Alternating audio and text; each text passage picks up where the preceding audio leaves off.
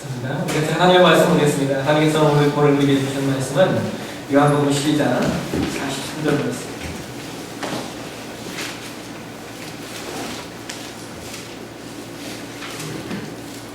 요한복음 12장 43절 말씀.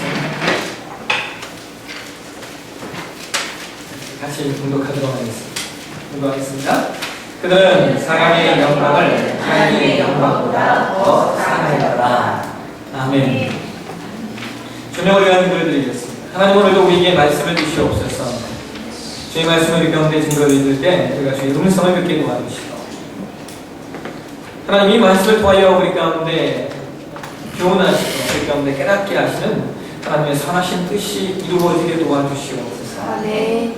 말씀을 통하여 우리가 더 깊은 하나님의 사랑으로 세워지게 도와주시고, 우리의 신앙이 더 견고하게 만들어지는 귀한 시간 되게 도와주시옵소서.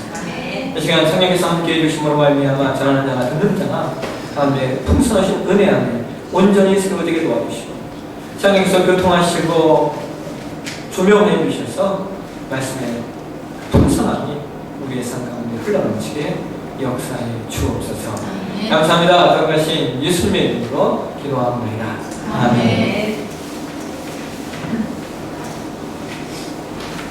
요한복음 강의 오늘 82번째 시간, 하나님의 영광 대 사람의 영광이라는 제목으로 말씀을 나누도록 하겠습니다. 지금 저와 여러분이 살고 있는 시대를 가르쳐 21세기라고 지칭을 하지 않습니까? 그런데 20세기의 역사 가운데 20세기에 영향력을 끼쳤던 많은 사람들이 있습니다. 철학자든 경제학자, 사회학자, 혹은 훌륭한 리더십을 가졌던 많은 훌륭한 사람들이 20세기 격동의 시대를 이렇게 인도해 갔는데요. 사람들이 20세기에 가장 영향력을 끼쳤던 인물을 뽑을 때 언제나 빠지지 않고 이렇게 뽑히는 그 인물이 3명이 있습니다.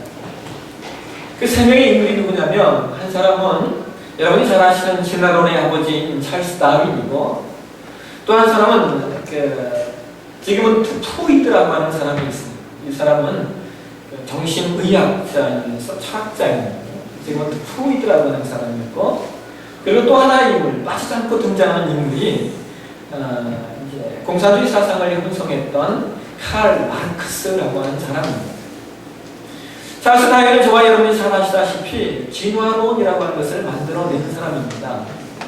그는 생물학자로서 이 세상에 존재하는 모든 생명이 하나님의 창조가 아니라 우연에 따른 결과라고 주장하면서 진화론을 형성하였습니다. 그런데 진화론이 단순히 과학인 것 같지만 진화론은 단순히 과학에 머무르질 않았습니다. 진화론은 과학계뿐만 아니라 사회적 다윈주의라고 하는 어떤 사상을 형성하면서 정치계와 사회계 그리고 경제계의 여러 분야까지 파고들어서 엄청난 파장을 미칩니다. 다윈주의는 기독교 사상의 전면으로 대치되면서 두 가지 반성경적인 사상을 만들어냈는데요. 그것이 그 중에 하나가 뭐냐면 무신론이라는 거예요. 무신론은 여러분 말 그대로 신이 없다라고 하는 사상입니다. 그 다음에 또 하나 그가 만들어낸 사상이 뭐냐면 유물론이라고 하는 사상입니다. 유물론. 그러니까 모든 것은 물질로 이루어져 있다라고 하는 거예요. 그래서 어떤 사람의 정신이나 의식 같은 것도 물질의 산물이다라고 여겼던 것이 유물론입니다. 결국 진화론은 기독교 사상을 부정하는 내용으로 지적이 됩니다. 근데 오늘날 과학자들이 그 다윈을 보면서 얘기하는 내용 가운데 하나 이런 거예요. 다윈 시대에 현미경만이 개발되었다 하더라도 다윈은 진화론을 형성하지 못했을 것이다 라고 말합니다. 현미경. 세포를 들여다볼 수 있고 DNA를 들여다볼 수 있는 그런 현미경만 있었다 하더라도 다윈이 진화론을 만들지 못했을 것이다 라고 이야기를 합니다. 이렇게 찰스 다윈의 무신론과 유물론 사상을 계승해서 인간의 정신세계를 연구한 사람이 바로 지금은 그 프로이드라고 하는 사람입니다. 사람들은 이 사람을 가리켜 심리학의 아버지라고 이야기하고요. 오늘날 심리학이나 상담학에서 이 프로이드의 영향을 받지 않은 곳이 없습니다. 그가 얘기했던 것이 뭔가 무의식이라는 무의식. 사람 안에는 무의식이 있다. 근데 그 무의식이 대부분 어떻게 나타나면 꿈으로 나타난다는 꿈. 그래서 그런 꿈에 대해서 연구했던 사람이고요. 또 하나 그 사람이 아주 중요하게 주장했던 것이 성입니다. 성에 대한 욕구. 사람에게는 성에 대한 욕구가 있는데 그것이 정신세계를 지배한다라고 합니다. 그래서 그런 무의식과 성에 대한 욕구라고 하는 내용으로 인간의 심리와 정신을 분석해 갑니다. 근데 그 과정 속에서 이 프로이드가 얘기한 게 뭐냐면 그가 이런 얘기를 합니다. 인간의 영혼이나 정신이 하나님의 영역이 아니라 분석 가능한 영역이다. 사람이 잘 생각해보면 분석이 가능하다라고 말하면서 결과적으로 영혼의 실제를 총체적으로 부정하게 됩니다. 이 프로이드는 기독교를 대단히 싫어했습니다. 지독히 싫어했습니다. 그래서 그가 이런 말을 해요. 성경에 나오는 모든 말들이 다 억압이다.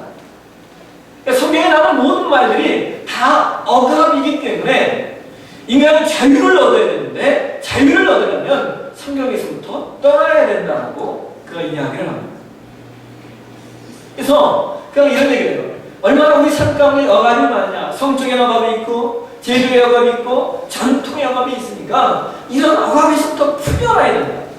그래서 가정도 억압이고 전통도 제도와 윤리, 도덕도 억압이라고 그런 주장을 합니다. 그래서 그가 만들어낸 사상이 뭐냐면 여러분 한번 들어보셨나요? 프리섹스라고 합니다. 그 자유로운 성관계를 갖겠다.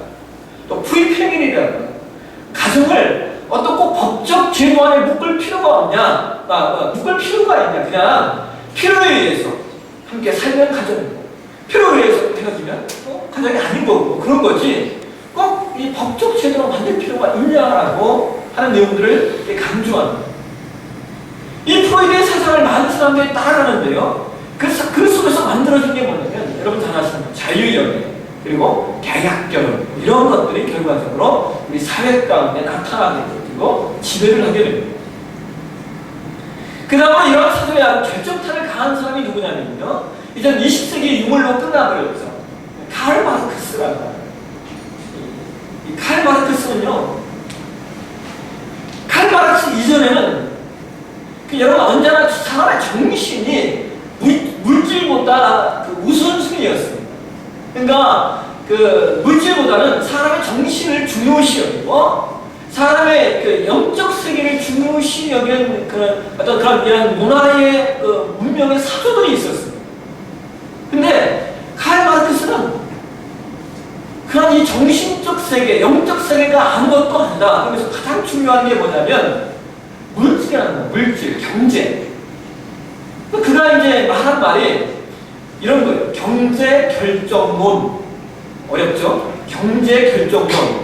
근데 이 말이 뭐냐면 이겁니다. 경제가 다 지배한다는 거예요. 경제가. 그러니까 뭐 영혼, 정신, 문화 웃기는 소리 하지 말고 경제가 최고라는 거예요. 밥줄이 최고고 돈이 최고며 경제가 우리 사회의 최상위의 어떤 결정 요인이 된다라고 말하면서 돈 그 자체를 사람의 영혼과 인간의 내면보다 우위에 높은 곳에 두어서 돈을 신격화시켜버린 사람이 누구냐면 프로이드입니다.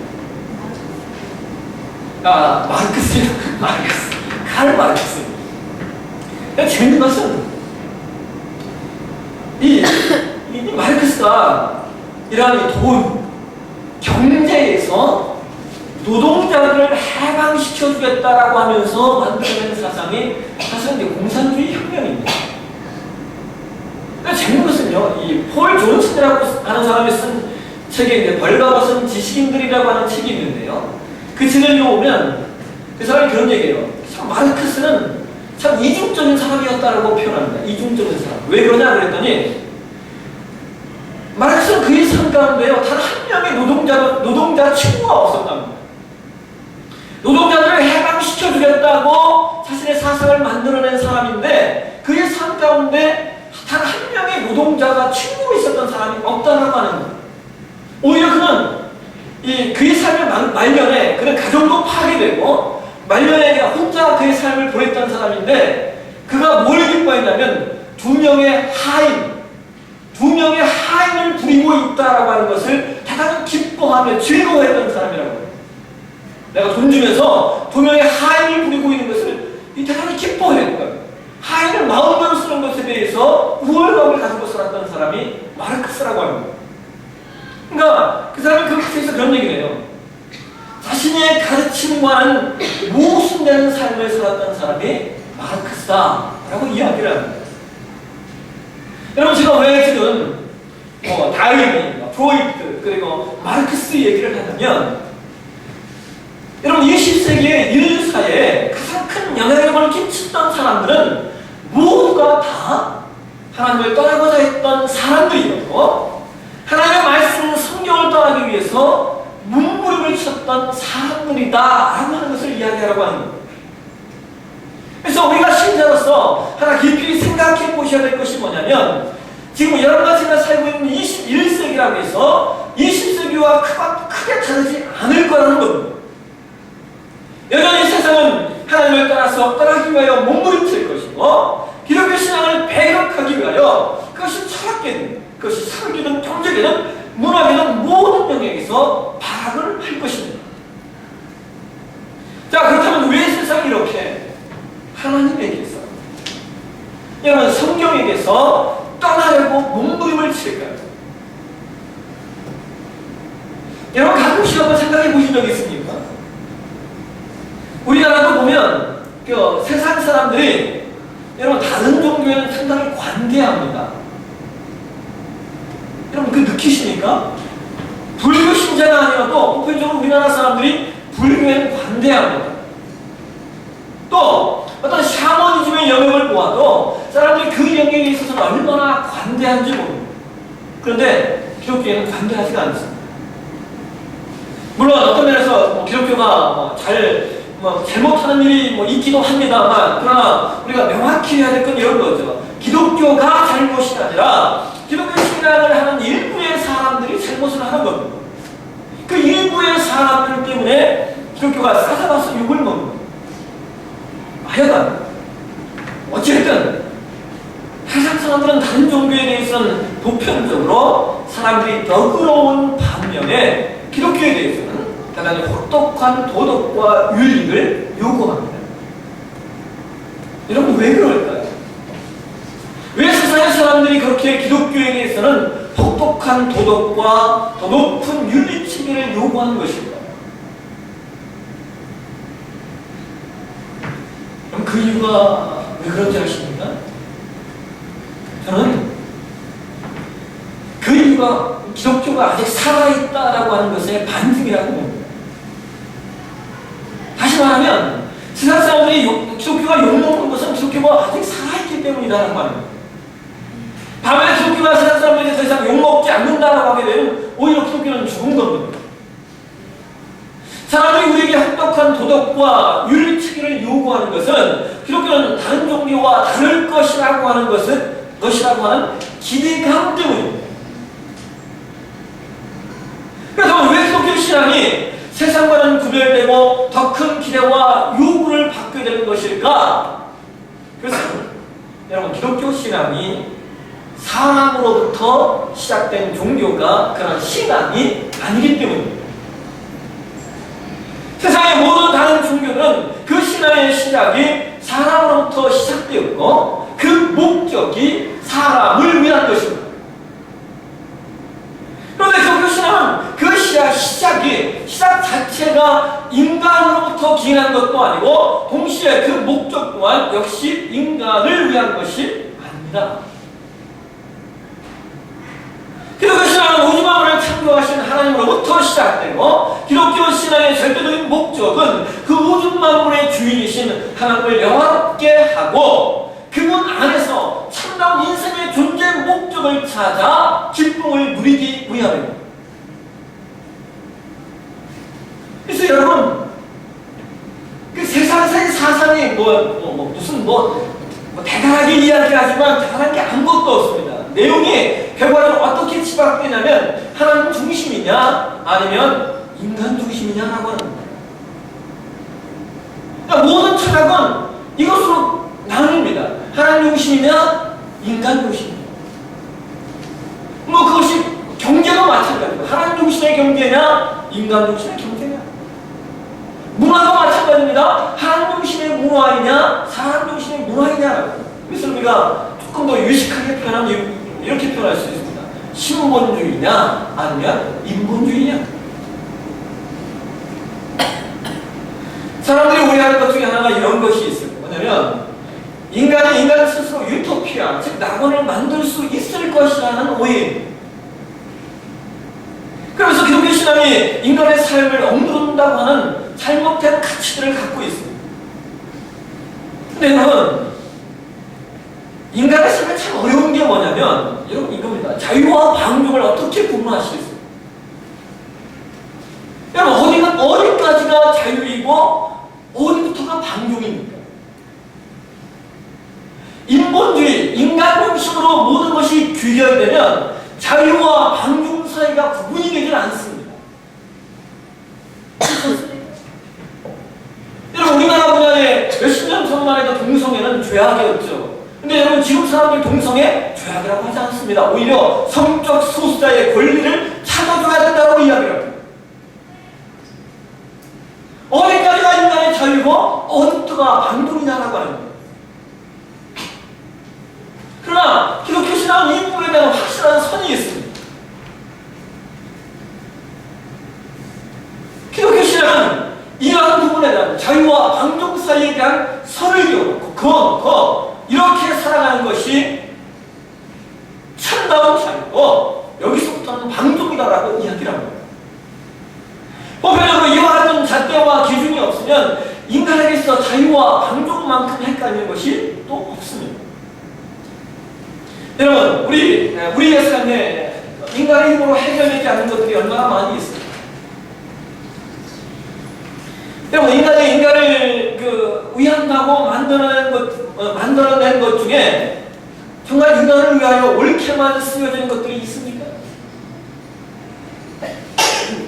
현존하는 인간의 삶 가운데 여러분 잘 아시는 원자력, 이 원자력은 우리가 생활할 수 있는 그 삶의 필수적 요소입니다. 전기를 만들어냅니다. 근데 동시에 원자력은 인간을 모조리 죽이고도 남을 수 있는 핵폭탄을 만들어낼 수 있습니다.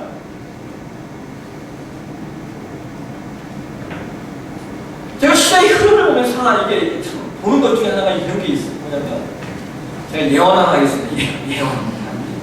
여러분은 목사를 잘 만나셔서 예언하는 목사를 만나셔서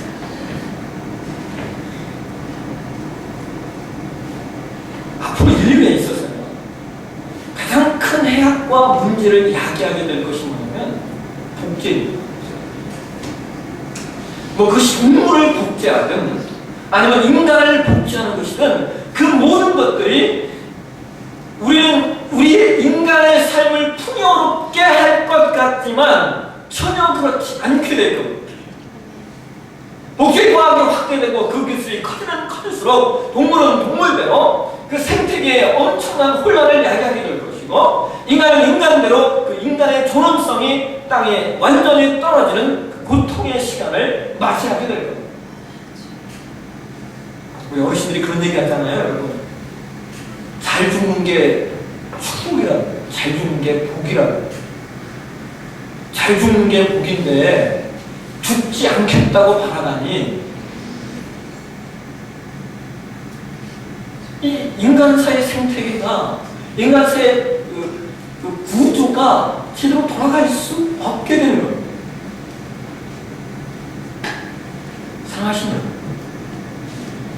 세상은 여전히 사람의 영광과 하나님의 영광 사이에서 전투를 벌이고 있습니다.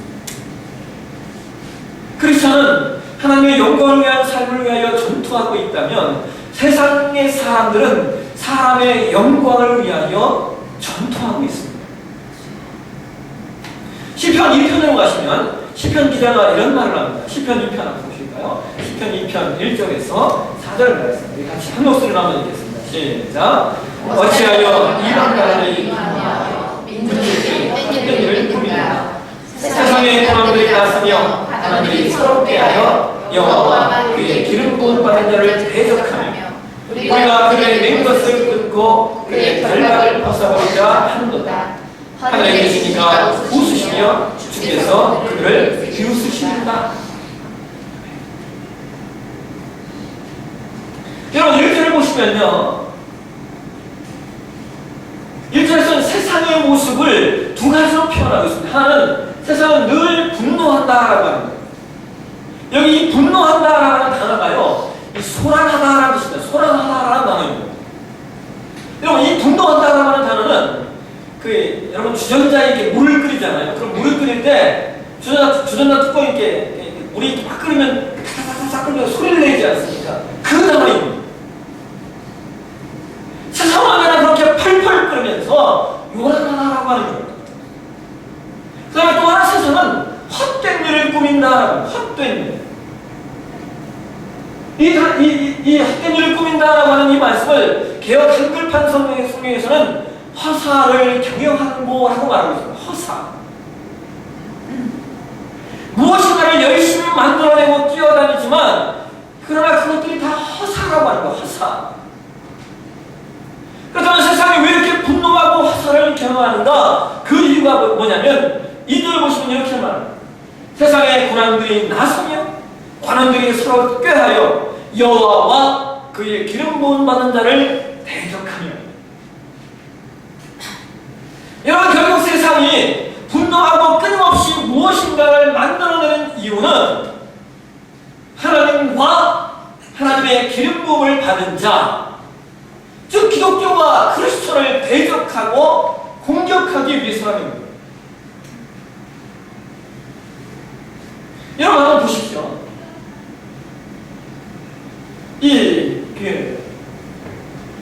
한국에도 어느 그런 문화가 있어요. 뭐냐면 다른 종교와 삶을 나누고 다른 종교와 함께 가는 것을 무슨 높은 종교적 차원인 양 여기는 모습이 생겨났어요. 이 말은 제가 인간 관계 안에서 제가 뭐 스님도 사귈 수 있고, 그죠? 신부님도 사귈 수 있겠죠. 그러나 신앙의 차원에서 우리가 그들과 함께 할 수는 없다라고 하는 겁니다. 근데 어느덧 한국교회도 신앙의 차원, 종교적 영역까지 들어와서 함께하는 것이 우월한 것이냐 여기는 우리들이 생겨났습니다. 이것을 알고 우리는 종교 다원주의라고 이야기합니다. 여러분 이제 시간이 지나면서 보시면요, 기독교의 모든 종교들이 하나가 될 겁니다.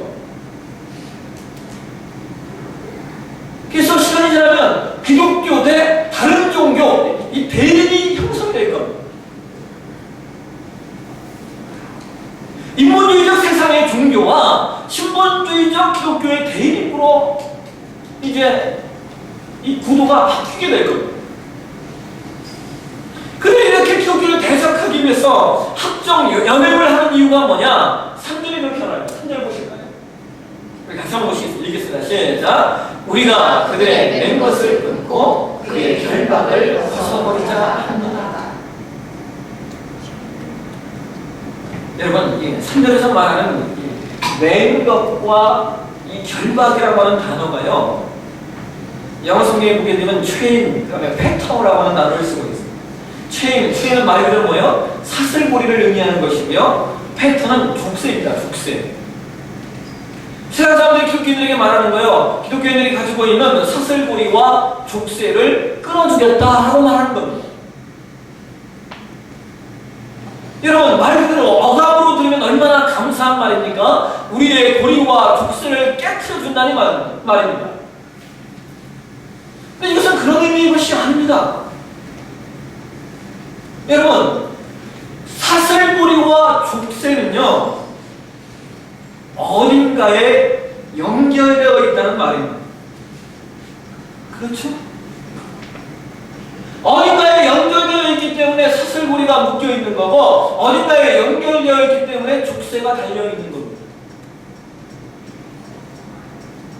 그렇다면 신자들은 과연 누구의 고리에 매여 있고 누구의 족쇄를 차고 있다는 말이 될까요? 사람이십니다.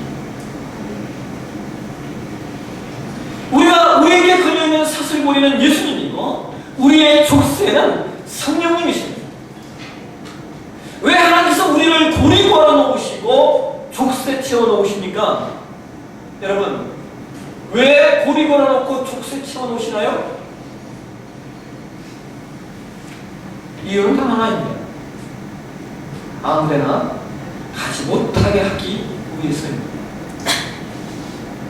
아무데나 가면 안 되니까.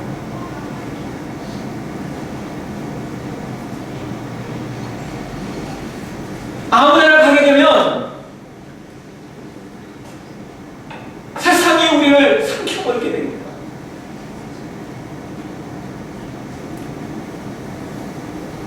사탄이 오는 사람같이 우리를 삼키려고 찾고 있기 때문에 우리를 그냥 놓아두면 우리가 사탄의 밥이 될 수 있습니다. 우리를 세상에 빼앗기지 않게 하게 되고 예수님께서 우리를 고리 채워놓으시고 성령님께서 우리에게 족쇄 채워놓으시는 겁니다. 우리의 구원을 그 누구도 흔들 수 없게 만드시기 위함입니다. 그래서 여러분, 신자는 주 안에 연결되어 있을 때가 가장 안전한 겁니다. 해당 사람들은 뭐 이렇게 답답하게 사냐, 뭐 이렇게 얽매여 사냐, 뭐 이렇게 어렵게 사냐 라고 말할지 모르지만 여러분, 그렇지 않습니다. 하늘을 나는 새는 하늘이 제한된 범죄라고 생각하지 않습니다. 물고기 역시 물이 제한된 범죄라고 생각하지 않습니다.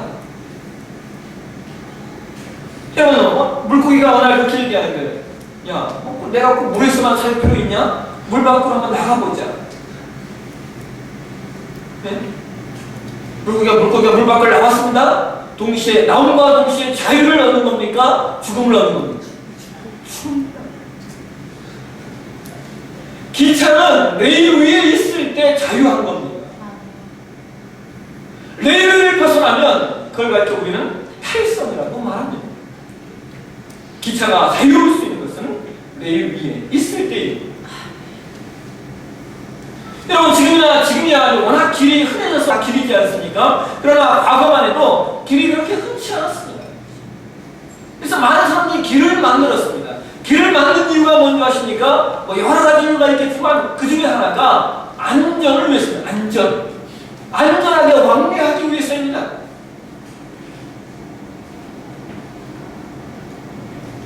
여러분, 휴전선 근처에 가보신 적 있으십니까? 우리나라는 아직도 주례밭이 있습니다. 그래서 저 분단선 근처에 가면 수많은 주례들이 아직도 묻혀 있습니다. 여러분, 주례밭에서의 원칙이 무엇인 줄 아시죠? 절대로 마음대로 다녀서는 안 된다는 겁니다. 마음대로 다녔다가 발목이 자리거나 혹은 생명을 잃게 됩니다. 가야 할 길이 있으며 가지 말아야 될 길이 있습니다. 그런데 마귀와 세상은 우리를 늘 속이고 있습니다. 무슨 뭐 길을 벗어나는 것이 자유이냐, 길을 벗어나는 것이 인권이냐, 길을 떠나는 것이 무슨 앞선 사람이냐, 우리를 부추기고 있다라고 하는 거예요. 성경은 이렇게 얘기합니다. 시편 2편 4절, 하늘에 계신 이가 웃으신다.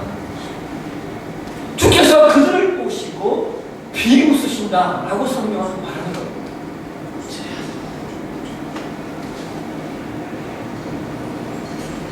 신학자 중에 존 포일이라고 하는 분이 계십니다. 이분은 도쿄 계통의 일반 대학에서 전도학과 선교학을 가르치시는 교수님이십니다. 어느 한해는 그가 맡고 있던 클래스에 아주 이상한 학생이 하나 들어와요. 그 학생의 이름은 톰이었는데 이 친구는 기독교에 대해서 상당히 배타적이었고, 그래서 한 학기 내내 이 교수님에게 아주 반기독교적인 괴상한 질문들을 하면서 그 교수님을 그렇게 괴롭혔다. 그래서 이 피걸 교수는 그 아이, 그 톰을 위해서 한 학기 내내 하나님 앞에 기도했다고. 그런데 한 학기가 끝나는 마지막 수업 시간에 톰이 처음으로 진지한 질문을 하더랍니다. 교수님, 마지막 질문입니다. 나 같은 사람도 하나님을 찾을 수 있을까요? 나 같은 사람도 하나님을 찾을 수 있을까요? 그래서 이 얘기를 들은 포에 교수가 이렇게 대답했습니다. 톰, 잘 들어라. 너는 절대로 하나님을 찾을 수 없어. 그의 말에 이 강의실이 전체가 조용히 됐습니다. 그럼 이어서 이렇게 말합니다. 자기는 절대로 하나님을 찾을 수 없을 것이에요.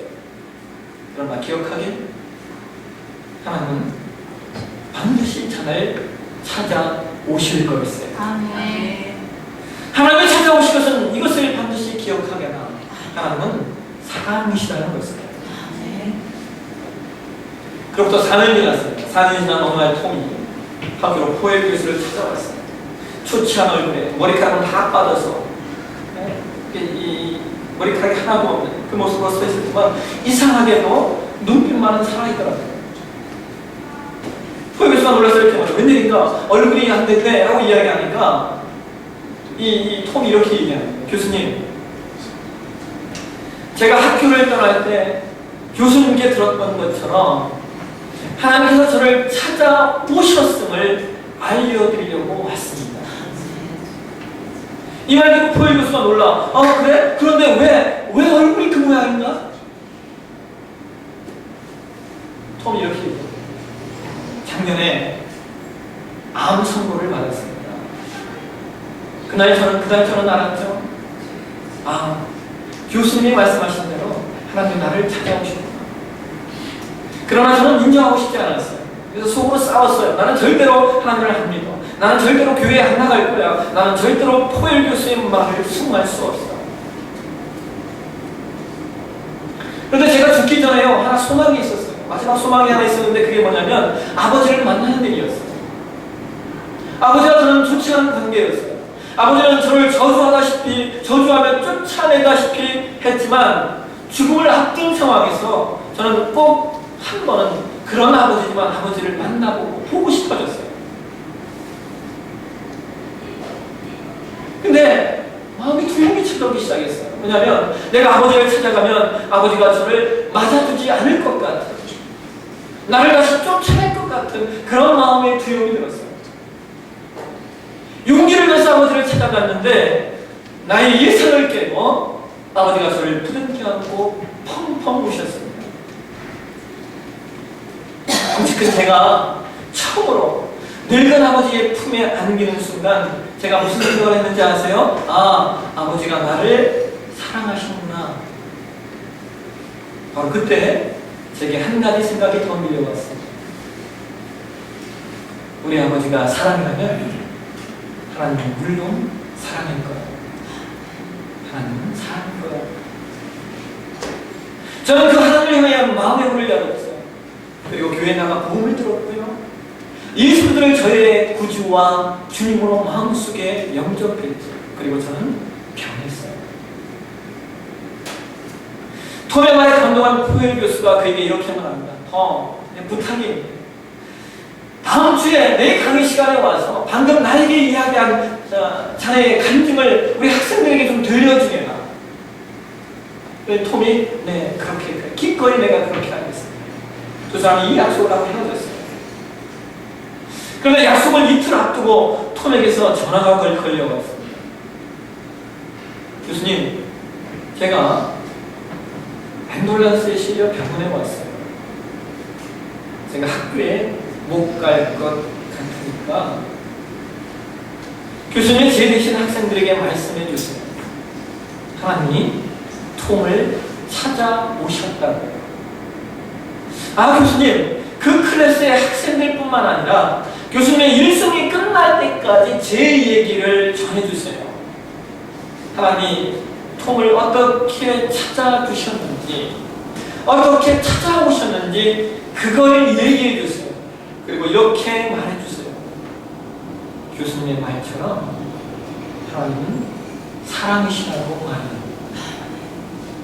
사랑하신 여러분, 하나님께서 저와 여러분을 하나님의 고리, 하나님의 족쇄에 묶어두시는 이유는 저와 여러분을 사랑하시기 때문입니다. 하나님은 저와 여러분을 사랑하시기 때문에 이곳에 부르셨습니다. 세상은 여전히 우리를 그 하나님의 사랑에서 끊으려고 합니다. 사람의 영광이라고 하는 미명 아래 우리를 위험한 길, 보장이 없고 안전이 없는 길로 내몰고 있는 이 시대에 오늘 우리를 찾아오신 그 하나님 앞에 하나님의 영광을 위하여 우리의 삶을 살겠다고 결정하고 선언하심으로 말입니다. 하나님의 사랑, 그 사랑은 풍성히 됩니다. 저와 여러분의 삶을 되주시고 주의 이름으로 축원합니다. 기도하겠습니다. 자, 우리 같이 한번 기도하며 나아가도록 하겠습니다. 함께 좀 기도하실 때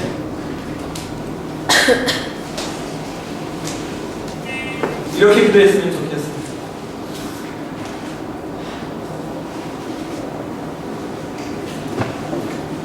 하나님, 내가 내 영혼이